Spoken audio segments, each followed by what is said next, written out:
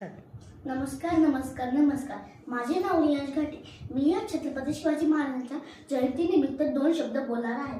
आज आपण सर्वजण एका महान योद्ध्याच्या, एका दूरदृष्टीच्या राजाच्या म्हणजे छत्रपती शिवाजी महाराजांच्या जयंतीनिमित्त इथे जमलो आहोत.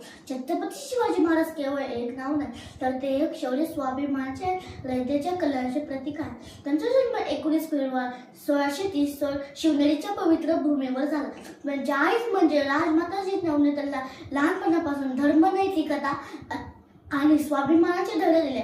वयाच्या अवघ्या 15व्या वर्षी त्यांनी स्वराज्याची स्वप्न पाहिले आणि आपल्या सवंगड्यांसोबत रायगडावर हिंदवी स्वराज्याची शपथ घेतली.